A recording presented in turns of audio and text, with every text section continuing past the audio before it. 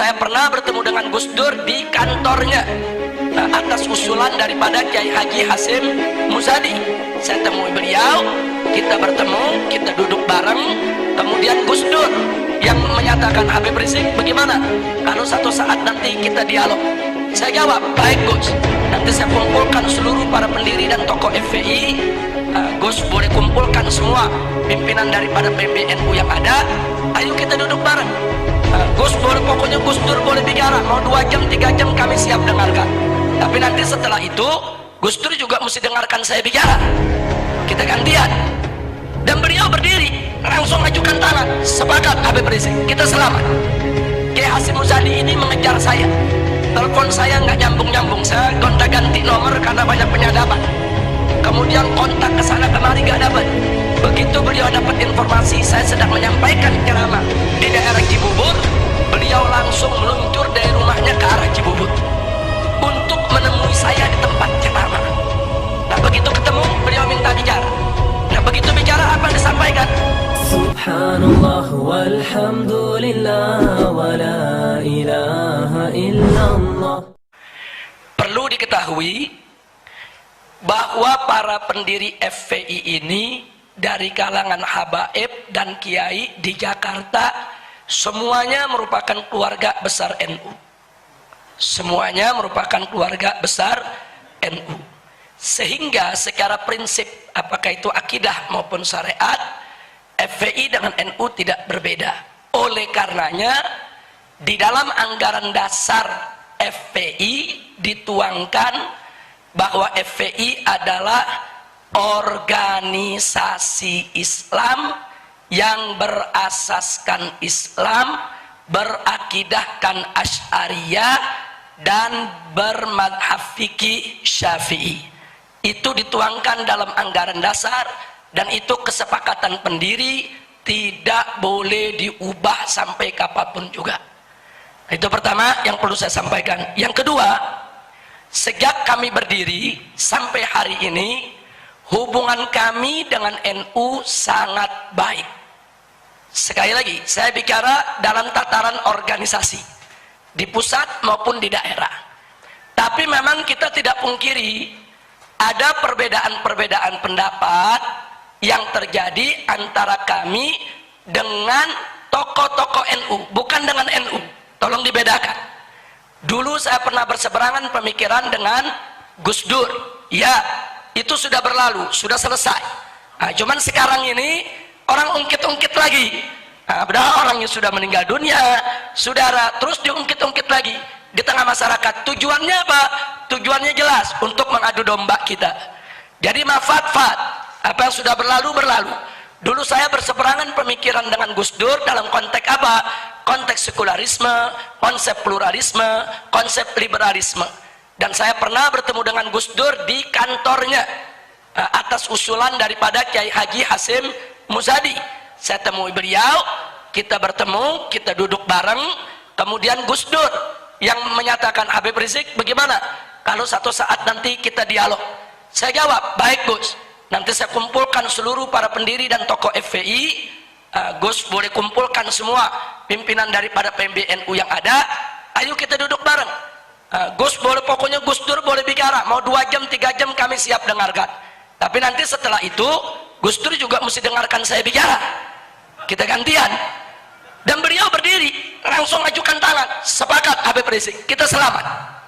Nah ini kejadian di kantor Gus Dur. Tapi sayang sejuta sayang, sebelum kami sempat mewujudkan pertemuan dialog tersebut, akhirnya beliau sakit dan beliau meninggal dunia. Tapi keinginan-keinginan ini tetap kita junjung tinggi. Makanya hubungan saya dengan Gus Solah sampai hari ini sangat baik. Apalagi dengan almarhum Kiai Haji Hasyim Muzadi. Kiai Haji Hasyim Muzadi sudah saya anggap bukan hanya sebagai sahabat, tapi sebagai orang tua, sebagai guru. Nah perlu saya sampaikan, semasa hidup Kiai Haji Hasyim Muzadi tidak ada satupun gerakan FPI yang menghebohkan di televisi kecuali Ki Hasyim langsung tabayun kepada saya. Kadang-kadang malam itu beliau langsung telepon, Habib Rizik, ini ada kejadian begini melibatkan FPI, itu bagaimana ceritanya? Nah beliau minta penjelasan. Nah kadang-kadang saya dipanggil, Habib Rizik besok bisa gak datang ke kantor PBNU, kita mau dengar. Saya nggak mau dengar dari orang lain. Kemudian kita datang. Bahkan ada yang lebih mengejutkan lagi. Begitu terjadi peristiwa di Kendal, mungkin masih ingat beberapa waktu yang lalu, itu pagi-pagi jam 6 pagi Kiai Hasim udah ngetok pintu rumah saya. Beliau telepon saya nggak dapat, jam 6 udah ngetok pintu rumah saya. Habis sholat subuh dia berangkat. Nah kemudian disampaikan, Habib sengaja saya datang kemari, saya nggak mau ke kantor dulu karena ini kalau ke kantor nanti banyak wartawan pasti nanya. Kalau saya belum dapat dari sumber yang sebenarnya, bagaimana saya jawab mereka? Duduk di rumah, sarapan di rumah, kita jelaskan apa yang terjadi. Itulah sosok almarhum Kiai Haji Hasyim Muzadi. Beliau itu suka tabayun, beliau selalu berkomunikasi, mengklarifikasikan berbagai macam masalah. Makanya hubungan saya dengan beliau sangat-sangat baik. Enggak sampai di situ, terakhir sebelum beliau meninggal dunia, setelah kami turun aksi 411, kemudian merencanakan aksi 212. 3 hari sebelum aksi 212, Kiai Hasyim Muzadi ini mengejar saya. Telepon saya nggak nyambung-nyambung, saya gonta-ganti nomor karena banyak penyadapan. Kemudian kontak ke sana kemari nggak dapat. Begitu beliau dapat informasi saya sedang menyampaikan ceramah di daerah Cibubur, beliau langsung meluncur dari rumahnya ke arah Cibubur untuk menemui saya di tempat ceramah. Nah begitu ketemu beliau minta bicara. Nah begitu bicara apa yang disampaikan? Disampaikan semua, Habib jangan mundur untuk menegakkan yang hak. Ini gerakan PKI di mana-mana sudah merajalela. Saya sudah bicara langsung dengan Presiden. Saya ini Dewan Pertimbangan Presiden. Saya sudah sampaikan kepada Bapak Presiden, tapi sampai saat ini belum ada langkah-langkah konkret yang diambil. Tolong Habib jaga umat, tolong Habib satukan umat seperti 411. Nanti kalau turun 212, satukan semua umat. PKI tidak boleh dibiarkan untuk bangkit kembali. Itu amanat beliau ya kawan, kita terima. Nah jadi sekali lagi saya katakan, hubungan FPI dengan NU ini hubungan ibarat hubungan anak dengan orang tua, saudara. Nggak ada yang aneh dalam hubungan itu, saudara. Tapi kalau oknum tokoh NU berseberangan pemikiran dengan kami, ya saya tidak sepemikiran dengan Gus Dur, ya saya tidak sepemikiran dengan Said Agil Siraj, ya saya tidak sepemikiran dengan Masdar F. Masudi, ya saya tidak sepemikiran dengan Gus Mus, ya tapi saya sejalan dengan Kiai Haji Hasyim Muzadi, saya sejalan dengan Kiai Haji Ma'ruf Amin. Bahkan Kiai Haji Ma'ruf Amin manggil saya ke MUI. Begitu saya datang ke MUI, saya dijabat tangan, Habib Rizik, ini kasus Ahok harus dikawal sampai tuntas. Beliau yang amanatkan kepada saya. Nah beliau selain ketua umum MUI, beliau juga Rais Am Nahdlatul Ulama. Saudara, jadi siapa bilang kami punya permusuhan dengan NU? Tidak. Kiai Haji Ma'ruf Amin orang tua saya. Bahkan beliau yang memberikan amanat kepada saya, ini kasus Ahok jangan sampai ditinggal. Habib Rizik harus tuntaskan ini kasus. Nah jadi sekali lagi karena itu saya diberi semangat oleh orang tua, diberi semangat oleh Kiai Haji Ma'ruf Amin, sampai hari ini kasus Ahok tetap kita kawal. Setiap sidang tetap kita kerahkan umat untuk menjaga sidang tersebut. Nah menyangkut pertanyaan tadi soal sidang tersebut, doakan saja Pak Kiai, insya Allah melawan Ahok ini kita harus menang di medsos, harus menang di pilkada, harus menang di pengadilan. Nah jadi artinya kita akan berusaha semaksimal mungkin untuk memenangkan pertempuran tersebut. Jadi saya nggak mau jawab andai kata kalah bagaimana, saya mau optimis menang saja.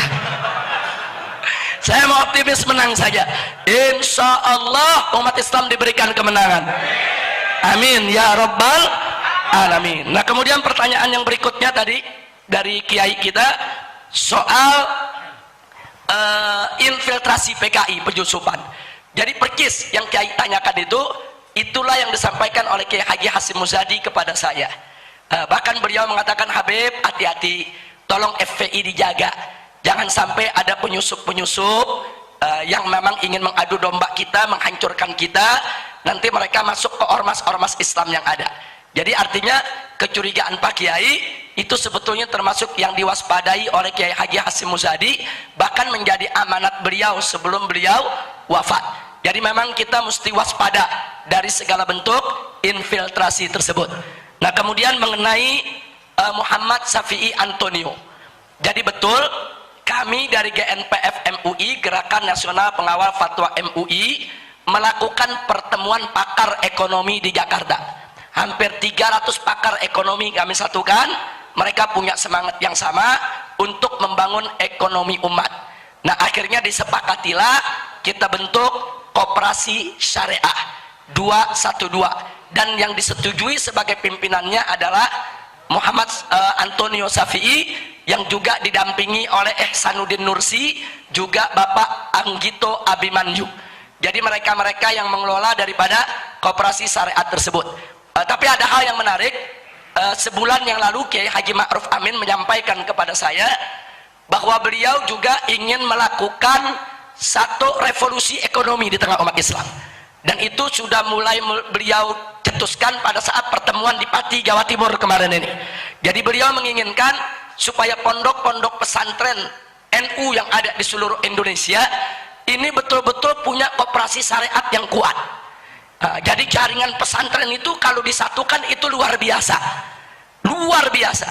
Nah, jadi beliau juga kemarin mengajak saya untuk mengumpulkan pakar-pakar ekonomi yang ada di koperasi syariat 212, bagaimana untuk merumuskan supaya pesantren juga ke depan punya koperasi yang khusus, yang kuat, supaya pesantren tidak ada lagi yang terbengkalai. Nggak ada lagi pesantren yang ustadznya dapurnya nggak ngebul, yang ustadznya nggak bisa makan. Nah, ini semua mesti kita pikirkan. Melalui koperasi semua ustadz bisa sejahtera secara halalan thayyiban. Nah, saya mendukung apa yang diinginkan oleh Kiai Haji Ma'ruf Amin, dan kita ke depan yaitu akan bekerja sama untuk menggerakkan umat di mana-mana agar pondok-pondok pesantren juga punya koperasi yang kuat. Beberapa pondok pesantren sudah punya koperasi bagus, seperti Sidagiri umpamanya. Itu luar biasa pondok pesantrennya. Nah, jadi koperasi pesantren Sidagiri itu patut untuk menjadi contoh buat pesantren-pesantren yang lain. Pesantrennya itu kuat, bagus, kemudian merata, dan anggotanya juga begitu banyak. Bahkan sampai dana yang dikumpulkan itu udah mencapai ratusan miliar. Nah, karena itu luar biasa, bahkan katanya sudah triliun. Nah, karena itu sekali lagi saya pikir masih banyak. Ada pesantren di Gontor, ada pesantren di Sidagiri, ada pesantren NU maupun yang lainnya yang besar-besar, itu sudah jalan ekonominya. Nah, insya Allah ke depan ekonomi ini akan semakin bangkit lagi. Amin ya rabbal alamin.